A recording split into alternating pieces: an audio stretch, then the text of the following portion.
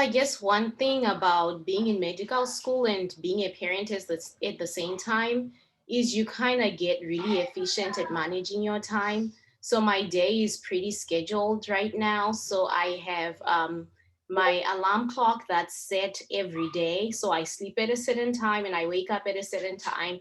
And even if I don't have my alarm clock, like my body's just gonna wake me up at that time. And then I have so I wake up and I take a bath, I take care of myself, and then I get breakfast ready for myself and the kids, and I also get lunch ready around breakfast time so that I'm just pulling it out, when it's 12 o'clock. And then after that, I kind of get into my classes. We usually have scheduled classes. I like going to classes, so I try to attend my lectures live as much as possible. So then it's classes, and then lunch, I'll take a break from lunch, and then I'll take it with my kids. And then after that, if I have more classes, then I'll attend the classes. And then at some point, like I'll break and do some study time as well. And throughout the day, like I also have my kids coming in and out and spending time with me. But then I really have to have a list of things that I am trying to get done in that day so that I can keep myself accountable. So that's kind of how my day goes. And sometimes I have help from my parents and my parents-in-law. So on some days, the girls will go to their grandparents, whichever one is available, to watch them. And so then I have to incorporate time for picking them up and dropping them off. And my husband also is there all the time, and he's taking a lot of responsibilities on and stepping in and doing a lot of things that I am unable to do. Stuff like doing activities with the kids, I can only do so much during the daytime. I can take my breaks when I don't have scheduled classes, and I can put in maybe a quick activity to do with them. But then the bulk of what we would like to do, usually he helps out with that. And then at night, he's gone for work. Then it's me and the girls, but then obviously we're sleeping at that time. So that's kind of how our day goes. Thanks for sharing, Lucia. Deborah, do you want to go next? Sure. Wow. I I feel a lot more unorganized. So I would say I'm also a class goer, or at least if I'm not going to class, I'm certainly like studying. And I will preface everything by saying pretty much what Lucia was saying, like my support system, which I know a lot of you asked this question about what's your support system like and how do you do it? Honestly, that's the answer to most of your questions. It's my husband and we have a full-time nanny. So those two people are how I do things. Otherwise, I'm pretty much like, and my husband, he works from home. So, and since I'm mostly home too because of COVID, like we were able to sort of be here all the time. And despite all the things that have been terrible for this past year, like being able to be at home and continue to nurse my daughter, play with her when I have breaks as well, not have to like build in time to like come back home or anything like that. And I think that's just been a weird silver lining, weird and wonderful silver lining. But that is basically how we do it. Our nanny comes to our house at 7:45, and Olivia is my alarm clock because she gets up around 7:30.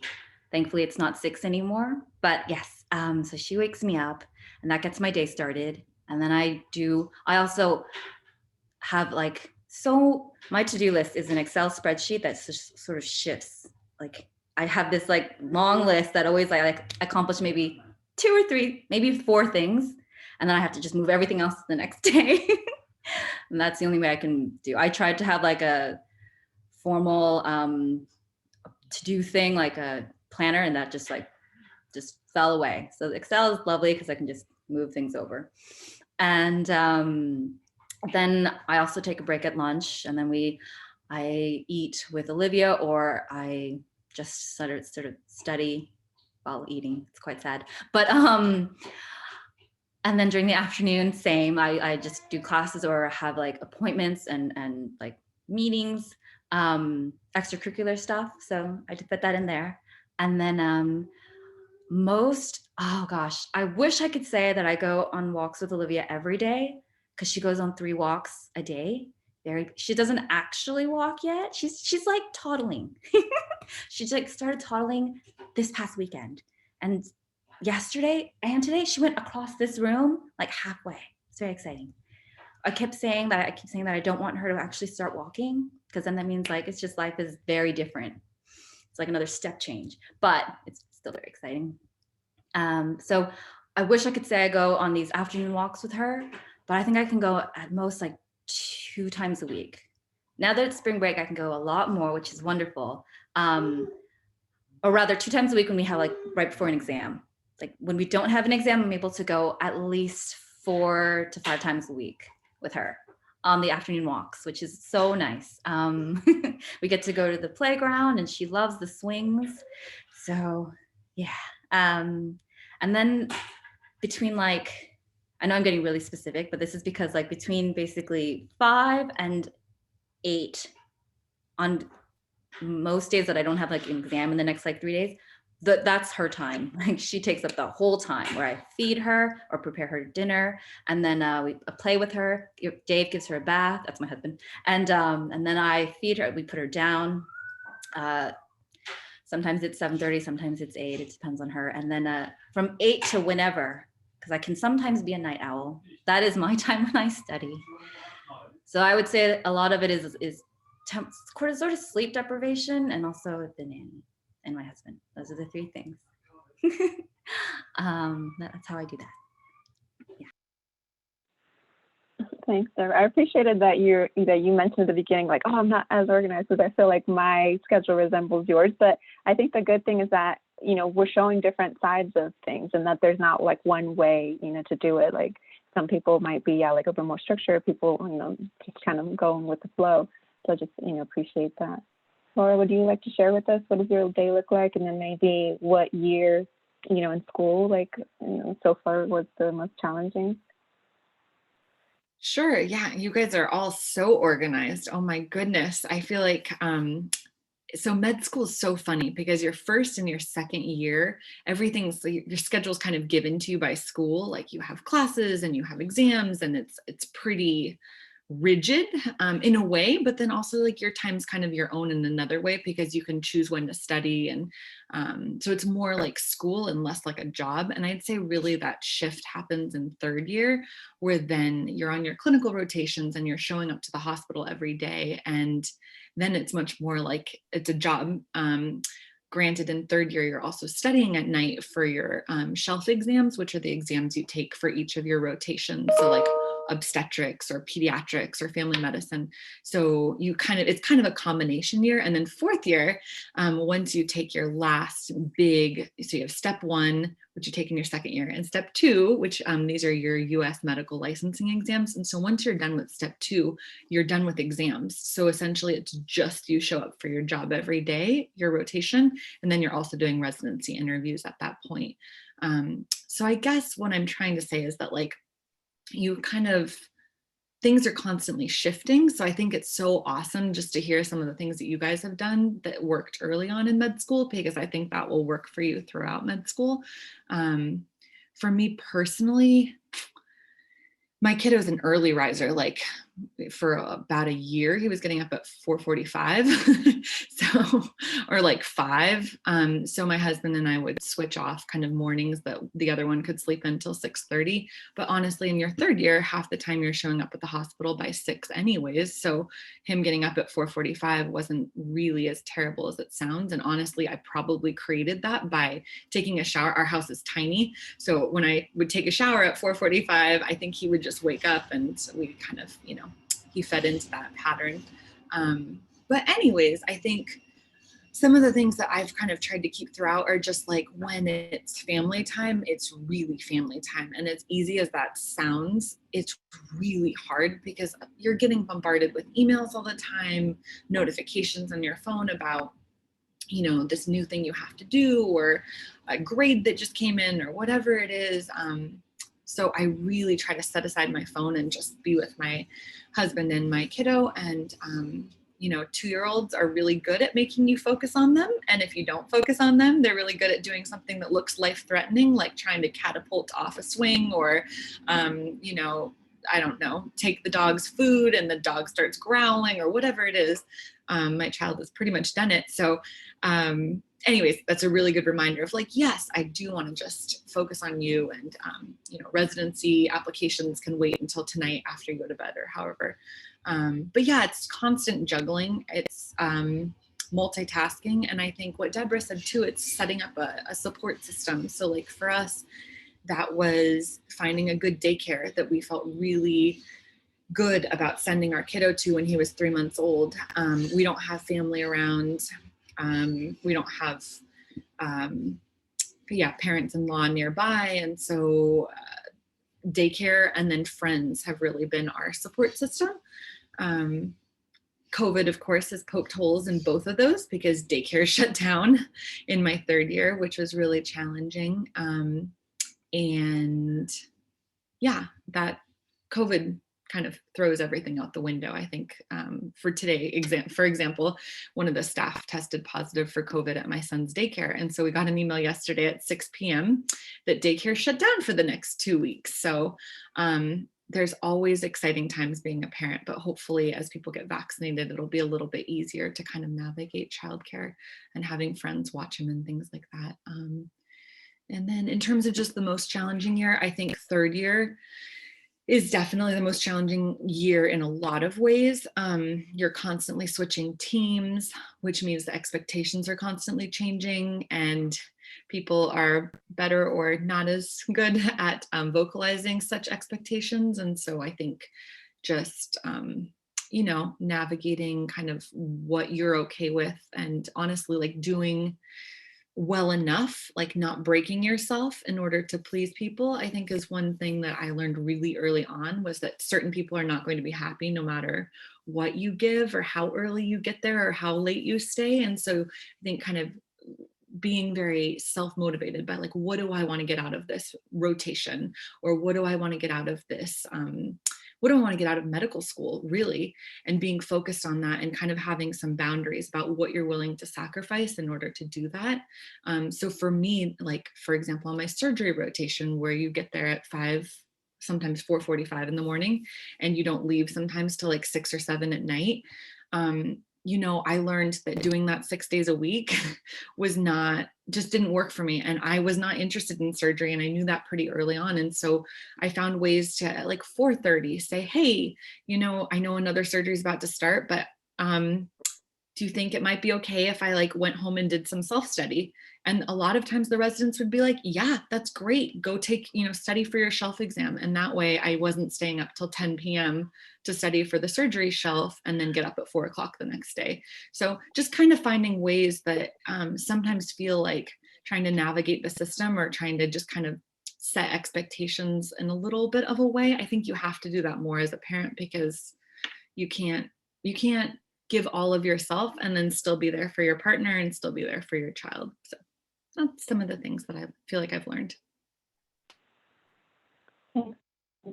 There's a question in the chat that I think would be good, yeah, for you maybe to answer, because I think you had your little one, you know, in medical school. And so, you know, could you talk a little bit about, you know, that, if you don't mind sharing, if it was planned, you know, or not, and Sure. and just kind of, you know, that process. Yeah, my favorite moment of announcing that I was pregnant to my friends is one of my guy friends comes up to me and he goes, Laura, this timing is crazy. It was an oops baby, right? I'm like, oh my gosh, that is one of the most kind of inappropriate, but coming from a friend, it's like, you know, slightly less inappropriate. But anyways, Lucas was planned as much as a child can be planned.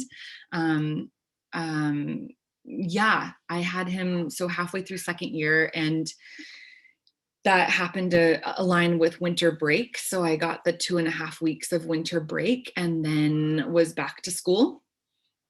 School was very nice about it. They encouraged me to take off a year. And, you know, I started medical school at 28, 29. So I was not as interested in taking off a year. And actually I got married in med school, I got pregnant in med school and had my first child in med school. And now I'm going to have my second child 2 months after graduating. So I feel like med school has been a very formative time in terms of starting my family. Did I answer the whole question, or I don't know. Oh, I guess in terms of, it looks like there's a lot of questions around like breastfeeding or kind of doing that in medical school. I guess going back at like 2.5 weeks and then being back in the hospital quite a bit, I got to know the inside of the pumping rooms like better than my home almost, which was very sad. And I mean, honestly, it was extremely challenging. Like pumping is hard for a lot of people in general. It's not as intimate as breastfeeding your child or snuggling your kiddo. And one of the things they told me to do, like to keep up my supply, was to watch videos of my baby while pumping. And for a mom, like, you know, just having had a baby, like I would be bawling while watching these videos because all I wanted to do was to be home, and that just wasn't possible. You know, this was pre-Zoom classes. Like some of our classes were recorded, some weren't. And so that was really, really challenging. I won't lie about that. But at the same time, I felt like I could go to people and talk about how challenging it was. And also administration like came to me and checked in with me and asked how they could help. And there were times where I couldn't, I had to like push back my finals because I went into labor. And so they were like good about dealing with that. And yeah. Thank you for sharing that. I'm seeing a lot more questions pop up in the chat, and I think you addressed a little bit of that, you know, in terms of the school. And I would like to say at least UC Davis, you know, so far, and I don't know if we can all agree that, you know, they have been supportive, you know, of students with families and, you know, understanding that we have lives, you know, outside of that. So for, you know, for those that are, you know, looking into schools, I would definitely say, you know, if you have kiddos now or looking to have kids in medical school, you know, finding a school that is going to be, you know, supportive of that. And whether it's, you know, the sense you get, you know, with the community when you interview, or folks that you know that are attending there and trying to connect and seeing, yeah, like what resources do they offer? UC Davis, one of the resources there is like a child care grant that you can apply for, you know, to help a little bit for like child care services. And things like that. Unfortunately, there is not like a dedicated UC Davis, you know, child care here in Sacramento. And so, you know, but there is resources that are, you know, shared amongst like parents that, you know, can help connect folks. And we have our little one making an appearance. Hi, Olivia. Yeah. And can you say hi? Yeah. No, she can't say it yet. Yeah, so definitely, you know, finding a school institution that that will support you and family. And I would just say, for myself, I was sharing with ladies earlier that I was 8 months pregnant when I went to my first medical school interview, and I was wondering, like, you know, should I even do it? I was, you know, doubting myself for a little bit. But ultimately, I told myself, I know I'm going to do this because, like, if they judge me or if they don't accept me for that reason, which I think is illegal to do, but you never know, right, what people think. But, like, it's not a school that I would want to be at if, you know, they're going to pass some type of judgment over that. And, yeah, I did get accepted into that school. I ultimately didn't end up going there, but you know, Davis was just as supportive. And I'd had my Davis interview 1 month after giving birth. And you know, still going through. And yeah, and so does anyone else want to share just about what other resources, you know, have been helpful, whether UC Davis has provided or things that you have found on your own in terms of either daycare or finances, how to managing finances? So I wanted to share, but they're not about resources. I wanted to answer Virginia's question. I think it was around, hi, Virginia. yeah, challenges of moving away with your family, and whether we consider job security for your husband when doing applications. So I think on this question, I would just say you need to be really honest with yourself, and explore what's really possible for you and your family. So sharing from my experience, I actually applied 2 times, like 2 consecutive years. So the first time that I applied to med school, I was advised, okay, apply to as many schools as you can apply to. So I applied to 30 schools, and I'm like, okay, so I'm gonna go to whichever school takes me. And then by the time I actually did my interviews, I was pregnant at that time. And then I was accepted into 2 schools that were out of state, one school in New York and then another school in Tennessee.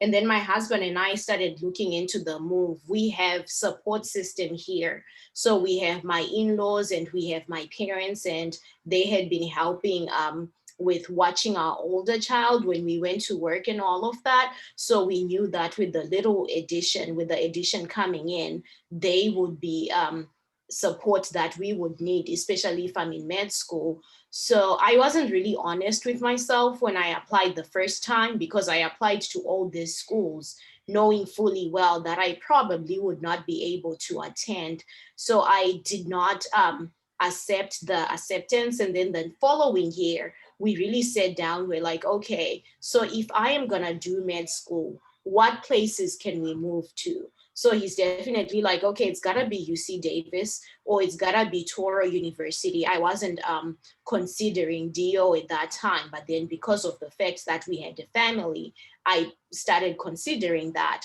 And then we looked at a couple schools in California as well, closer to home, where, you know, if all hell breaks loose, we can get support from our family. So then at that time, we're like, okay, this is really what's gonna work. And we sat down and we said, okay, let's research each of these cities. If I get a place and we have to move to that place, how would that look like? So the second time around, we were really honest in that way. And lucky enough, I got into UC Davis. We stay in Sacramento, so I didn't have to move. So that was like a plus for us. So the first time when I applied, I was waitlisted by UC Davis, and then I didn't actually make it in from the waiting list. So the second time I'm like, okay, my eggs are in this basket, the UC Davis basket, and it really needs to happen. So yeah, I really worked on my application, looked at UC Davis. I'm like, what are they looking for? And perfected my application, worked with some help as well.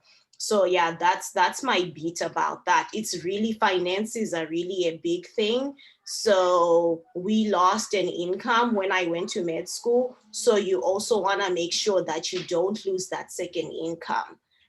There are loans. That being said, I've taken out loans to help out with the bit that I can, but then you want as much as possible to maintain that second income so that you don't lose it, because there's really nothing you can do about your income. Like the money that I was making as a student, you can't work, you can't do a lot of things that you could have done to make money. So you can really, okay, scratch that off. That is gone. We're depending on this. And one thing that we also did the second time around when I applied and when I got the place before we went in, we sat down and we're like, okay, let's create our budget. Let's look at what expenses we have. How much money would I have to take out so that we can supplement what you're making? And we also had to make some adjustments. So that was really hard. After you've been working for some time, you're used to a particular lifestyle. You see, I'm an Amazon junkie, not anymore because med school kind of grounds you on that, but I was an Amazon junkie. So I would see something on Amazon. I'm like, yep, I like that. I would get it. So those are things that I kind of had to be like, okay, is this necessary? Is this a priority? And for those things that were not priorities, like we're not spending that money on that. So yeah, I guess that's my 2 cents about that. And yeah. Thank you. I really appreciate the answer. You're welcome. We have some questions here that have been sent out. So I'm going to ask you guys a couple questions. Someone put in the chat, I'm going to be in my early 30s when I apply to medical school and planning to have children around that time. Is it intimidating being in medical school with people in their 20s? Intimidating being with people in your 20s? Is that? Yes. Yeah, I can answer that. So I'm 35 and I actually applied in the 2018-2019 cycle. And so I was 33. And I didn't obviously have my daughter and she wasn't even conceived or anything. So I didn't have to go through that, but I will answer the being a little older with a family and having most of my classmates. I'd say the median age of our class is about 25, 26. Yeah, 26. Yeah. Mm-hmm. It's been a little weird just because I feel like I'm literally a generation older than some of the students. There are a lot of things that just go right over my head. But I've already embraced that about myself. Like I said, I'm a little bit of a grandma anyway. I knit and I also crochet. I forgot to add that. So, and I think it doesn't bother me as much anymore because once you're in school, everyone is sort of, oh, yay. Everyone is sort of just because it becomes like, it's a leveler, you know, being in school, everyone having this similar schedule, similar things to study, it becomes a leveler. And obviously I can't go out and, ooh, we have another baby coming in. Hi Lucas. It's different. We have different extracurricular activities. Obviously mine involves being with Olivia, being with my family, doing things for them, unlike some of my other classmates. But I think none of my classmates have really made me feel too different. I do get comments that I have a pretty full house, but that's because I also have 2 cats. But other than that, I think it's doable, very doable. So. Yeah, I would agree with that. I was 29, yeah, when I started medical school, and I just turned 30 this year. And you know, yeah, you do see like some of those, like you're saying, you know, generational like differences. But you know, for me, I think I appreciate being older. I took about 6 years off of you know, gap years or hustle years, as I like, you know, I like to call them. And for me, it's just a lot of like personal and professional growth, I think, during that time. So now I just am more, I guess, wise about where I decide to spend my time. And yeah, like some of our, you know, classmates like get together for certain activities that, you know, I don't always like attend, or sometimes it's just thinking more about like, yeah, like, you know, where do you want to spend your time? And, but I think, you know, we also develop relationships, you know, with other folks, and at least, you know, among us, like as mamas, you know, we're developing our own little support group and things like that here. So I don't, yeah, I don't feel like, you know, there's any feelings with being, you know, with younger folks. Yeah. Does anyone else have any other thoughts on that question? One more thing. I will admit that I had a lot of insecurities just because I was older, and I was like, oh my God, am I going to be able to like play at the same level as a lot of people who are just younger than me and maybe have a little more energy than me? So that was a huge like insecurity on my part, but you compensate in different ways. And so you get over that fairly quickly.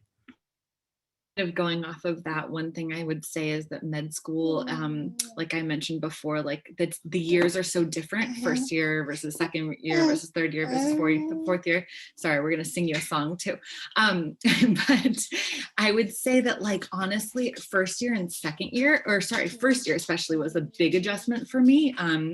Just having taken like 7 years off between oh, daddy. Okay, we'll be back in between undergrad and med school.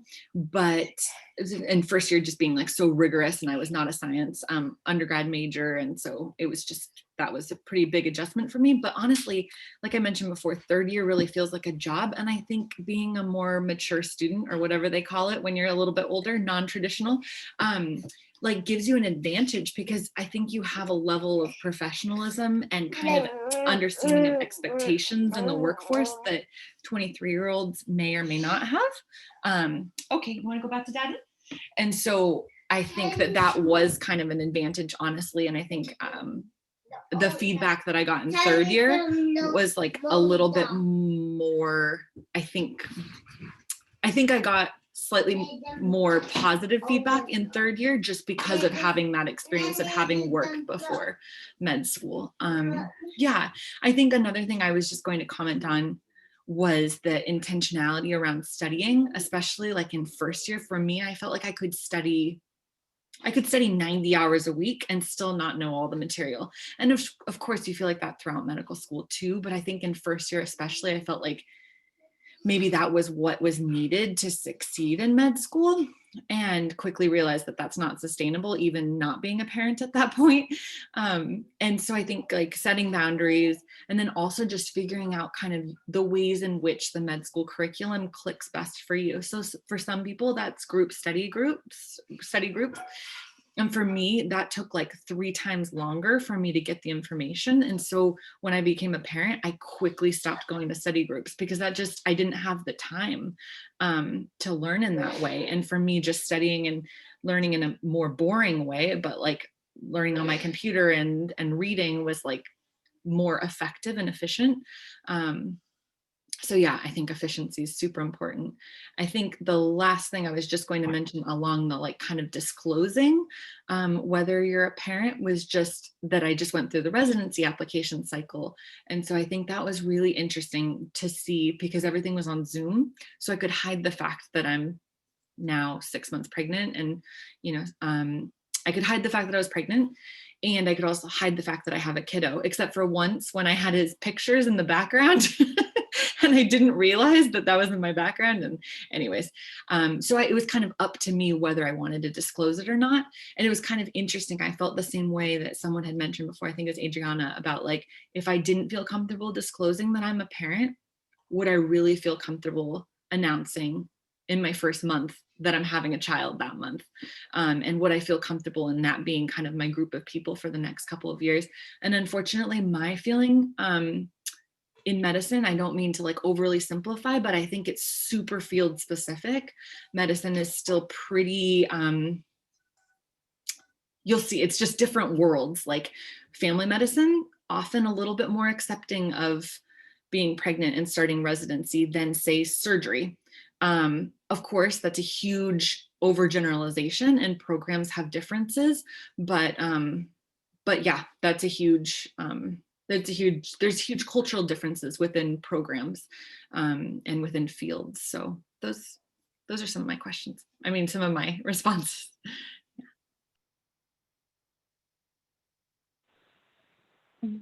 Taylor, did you have another question come up? Go ahead. Oh, sorry. Were you going to answer the question? Oh. Sorry. Yeah, I was just going to talk a little bit more, but then if you had a question, it's okay. You can go ahead. No, you could share. Sorry about that. Okay, yeah. So I feel like thinking about the 20-year-olds is really something that I thought about a lot before starting med school. But then I feel like after starting med school, I haven't really thought about that, because there's this sense of unity in our class, like with this whole, like one big giant class. And I feel a lot of support from my classmates. Like we have a group where everybody, like it's a Discord group, and people are always sharing information. Like literally, if there's a required class, there's somebody telling you there's a required class right now, there's required work. So it hasn't really crossed my mind that we have all these age differences. And I think that's why also I chose UC Davis. So you may want to really research the school you're going to and kind of get a sense of the class culture. Because when I went to UC Davis, at the interviewing and talking to the MS1s at that time and the MS2s that were present during the interview process, like they really spoke about this union, the oneness. So that's really something that also drew me to UC Davis, other than that it was really close. So I would say, like, if you can find that in a school, that's really what you're looking for. Because when I came to med school, everyone was talking about med school is cutthroat. It's like, you don't buckle up, you die, you're just gonna, you're not gonna make it. And that has not been the experience for me at UC Davis. My classmates have really been there, making sure that everybody, we all move together as a unit. So yeah, that's what I have to say about that.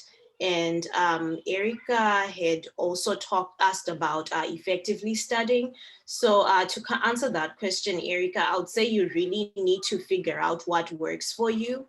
So for UC Davis, we had MS2s come to us like the beginning, like right at the beginning. They're like, oh, these are the different ways that you can study in med school. And some things, like, everybody swears by, this is the way to do it.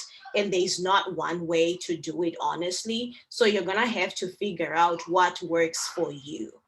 You can't take a formula from the next person and say, this is what they did, so this is what's gonna work out for me. That being said, listen to as many people as possible. Figure out what they did and what worked, and then try it. So the first semester is the time that you can really try it out.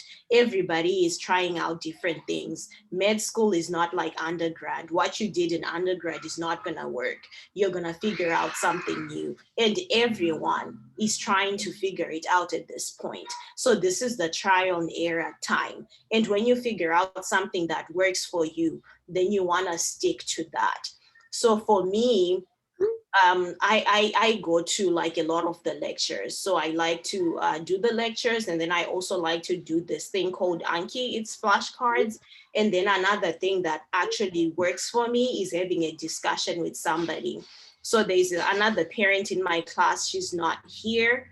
Her name is Ebere. So that's one person that I really am like, okay, we just had this lecture and I'm having a hard time grasping the concepts. Do you want to have like a 15-minute, 20-minute to just discuss through the main concepts? And for most of our classes, the teachers list an objective, like objectives for that lecture. This is what your take home is supposed to be. So we just look at the objectives. We're like, okay, objective number 1, you go. And then she goes, I listen. And then I'm like, okay, this is what you missed. And then we just keep doing that back and forth. And I find that when we do that, when I go back to review that lecture, then it's a little bit easier. So you wanna find something that works for you. And I am going to emphasize support system as well. I think people here have said that. So find your village. So for me, it's Ebere. We study together as far as studying goes. And as far as parenting, my husband, he's another part of my village, and then my in-laws. So you're not gonna go through med school. Like a lot of people say to me, oh my God, you've achieved so much. Like talk to me like I'm superwoman. And I have to like tell them all the time, like I am not superwoman. I do all these things because of support. So figure out what works for you and figure out what your support system is, because you're gonna really need to have a support system. So if you take nothing else from this, take support system. Support system is how you're gonna get through med school. Yeah, you are a super mom, Lucia. We all are. Like, no, yes, yes. Yeah. I think I just like to about acknowledge the other people that are behind the scenes, because they're doing a lot of yeah, the oh yeah. Definitely, yes.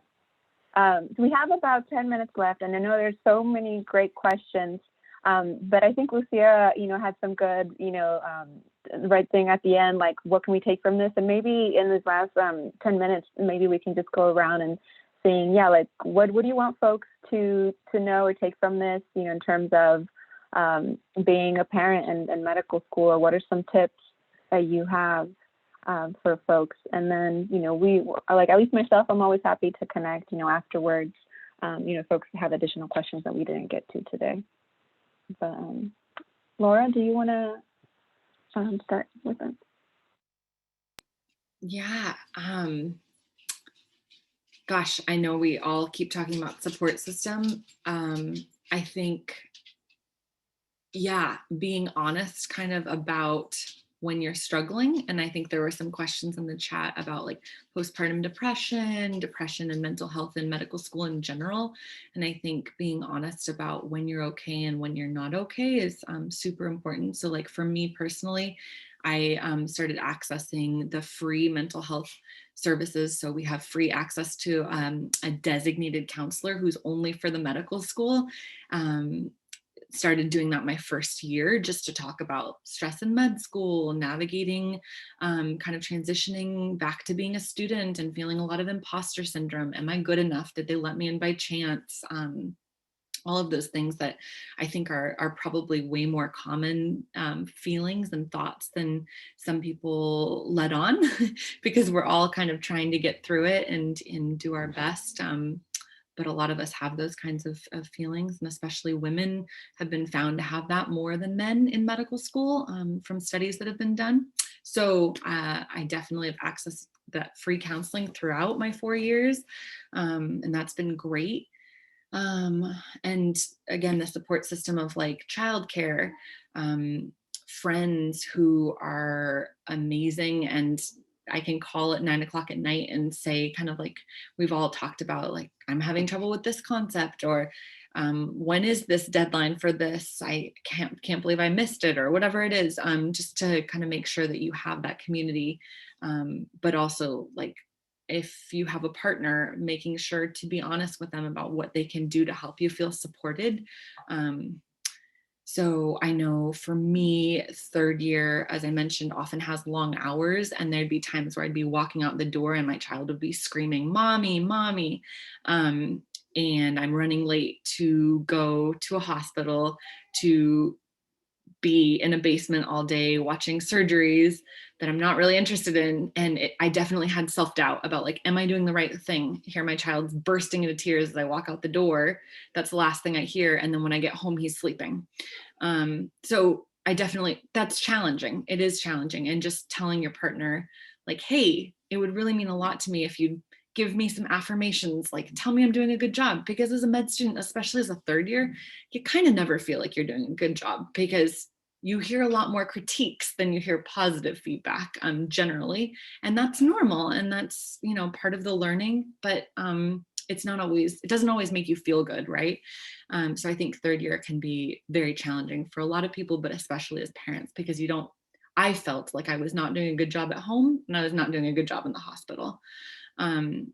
But I think fourth year gets a lot better because you recognize you start to actually know a lot of things. And for me, like applying to residency was this huge boost because all of a sudden, like medical school, for example, you apply to a bunch of schools, maybe you get a couple of interviews, or maybe some people got 50 interviews. I don't know. I got a couple of interviews. Residency is so different. I mean, they want you. They're so excited that you're trained and you're coming to them. And so for me, it was like, wow, I learned a lot in medical school, and obviously I still have a ton to learn, but this is really, it was kind of a changing point, I think, where I felt like almost recruited. And I think another question quickly that just came up is like how maternity leave or that kind of works in medical school. And so strangely, we just had this huge shift where basically residents are now given kind of their own leave policy. It literally is going into place in July, the same month that I start residency and the same month that I have a baby. But before it was like very school and program dependent, and there was no kind of across the board policy because we don't get family medical leave generally because we're not employees. And we're not students, we're like trainees. And so essentially I'd heard all of these horror stories of residents being laid off when their programs found out that they were pregnant. And even though it was illegal, it still happened and people still got away with it. But now we're protected. And I think it's a minimum of, I'm forgetting if it's 6 or 8 weeks that you're guaranteed without having to to delay your residency graduation. So that's a huge shift. And just from personal experience, it's kind of, you can navigate or negotiate a little bit more leave if you want.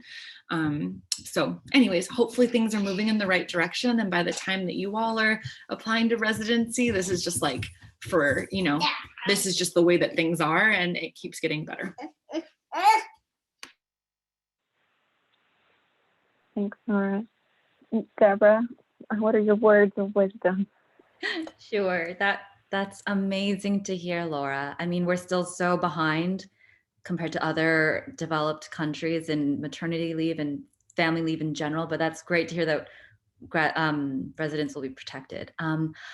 I think my sort of parting words is, again, I know I said it in the beginning, I know we've all said it, but it bears repeating because it's so important. It's the support system. And actually, more than that, it's making sure, for me, it's making sure that your partner, your husband, your spouse, they know what med school is going to be like. I think that's, especially if they're not in the medical world, the healthcare world. So my husband, he was a chemical engineer, and because of me, because I moved to Sacramento, he had to switch careers basically. So now thankfully he's a data scientist. So that wasn't too bad, and it definitely helps having that stable income. But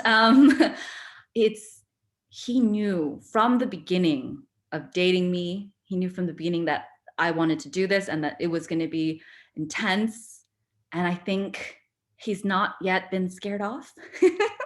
I mean, he gets it all. Like when I say I have to study for like this many hours, or I have to go do, you know, he just knows. And so I don't need to explain, I don't need to defend, I don't need to do any of that. And I think I did start early to like basically tell him this is what my life will be like. And he kind of already knew that when he saw me studying for MCAT. But I knew that it was going to, we both knew it was going to be much worse than med school, and we haven't even hit third year.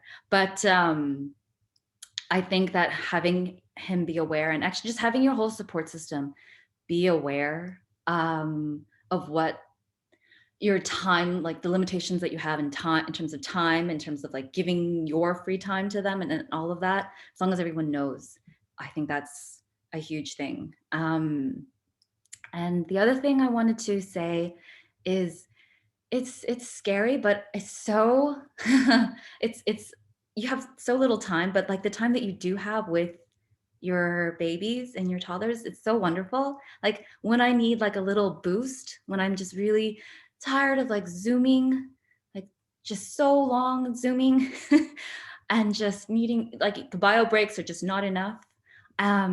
I know that I can just pop in and play with Olivia and just like make her laugh. She makes me laugh, something like that.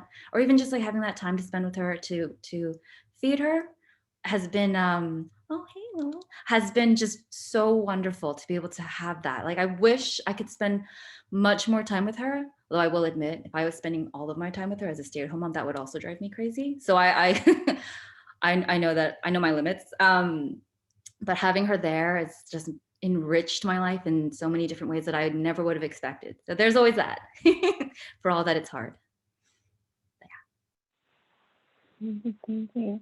Lucia, I know you mentioned a few things already, but anything else you would like to add to close? Yeah.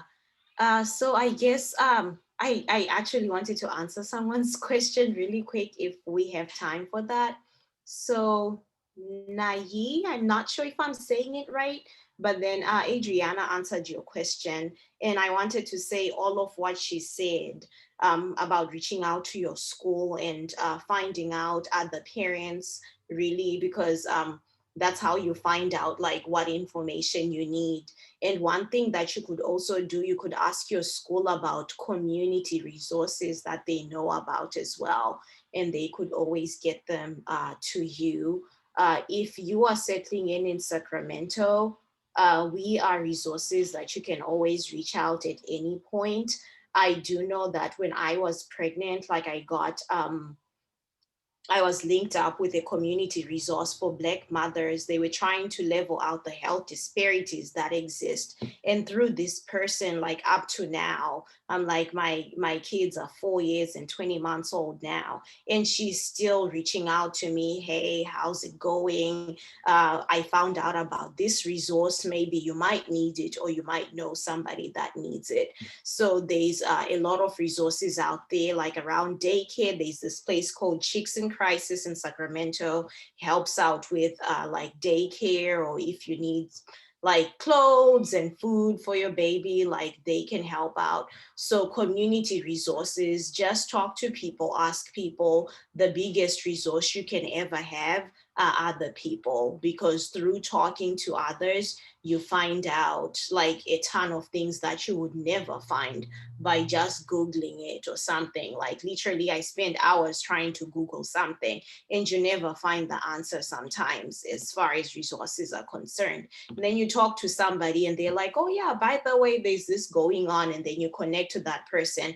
That person might be connected to like 20 other people. So just reach out, speak to people that have like the same thing going on, parents and kids. And as far as my parting words, I wanted to reiterate on support and also communication. So I think in med school, especially if you already have a partner, it's gonna be very essential to communicate with them, let them know what's going on so that they do have an understanding of what it takes to be in med school. I would say like Debbie, I was blessed to, I met my partner like in 2012 and he knew I was gonna go to med school and he's really been my support.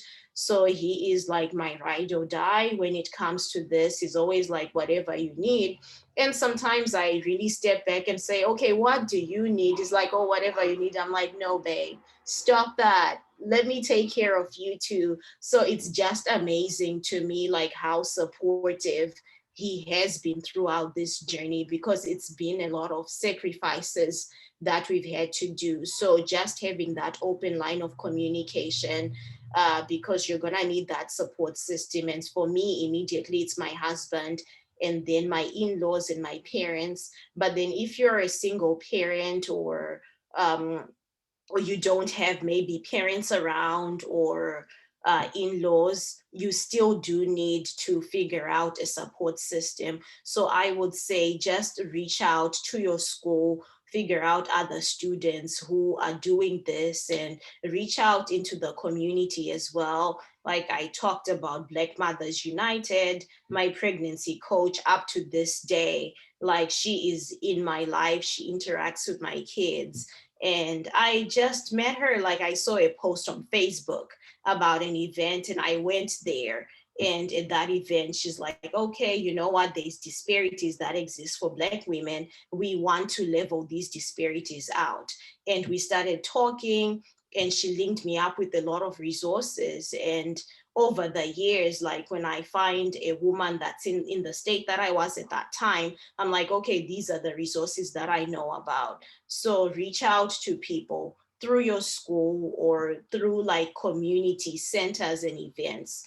Just don't shy away from reaching out to people, because if you don't have that support system from, let's say, a husband or in-laws or parents, then you've got to make your own village, and it's doable. You're gonna need it. Thanks, Lucia. Thanks, everyone. I mean, I think you all covered all the main things. Just one last thing for me, it was just that someone told me early on that there's no like perfect timing. I think that, and Lucia and I were talking about this earlier, like you can already have kids going in, you can have them your first year, second year, third, fourth, or in residency. It's, you know, later on, there's no perfect time. It's just really, you know, you make it work one way or another. And it's just depending on, you know, yourself and where you are and your partner, and, you know, trying to yeah, like find that community and those resources. But, you know, I do want to respect folks' time. I know that for some of us, it's bedtime or dinner time, you know, for our kiddos. And just want to thank you all for joining. And yeah, happy, to connect later on. For folks that, I'm sorry if we didn't get through all the questions. I feel like this could be a way longer conversation, on so many of these great topics and just intersections of being, women and medicine, mothers, and just parents. And hopefully next time we do see some gentlemen that joined us today. Thank you for coming and support, and hoping to include a father, perspective next time, as well. So keep a lookout for similar events in the future. But thank you all, and thank you, Christina and Taylor from MiMentor, for helping put this event together. I don't know if you all have anything to say, closing us up. Yeah, thanks so much, all of you. And as a non-traditional student who is also thinking about having a family, it was really amazing to come in and hear all of your perspectives. You all have so much wisdom to offer everybody here, and I really do appreciate all of your time and helping to deliver these important tidbits of knowledge and wisdom to folks in our network. I did just want to quickly mention something that I put in the chat. So an email was sent out with a survey link. If you all could please take 5 minutes of your day to fill that out, it would be extremely helpful so we can know how to make this event, how to continue to build on it in the future, and also get some more data that'll help us put together similar events in the future. So thank you all for coming, and we really appreciate your time. And thank you to our amazing super moms who were our panelists today. Thank you all.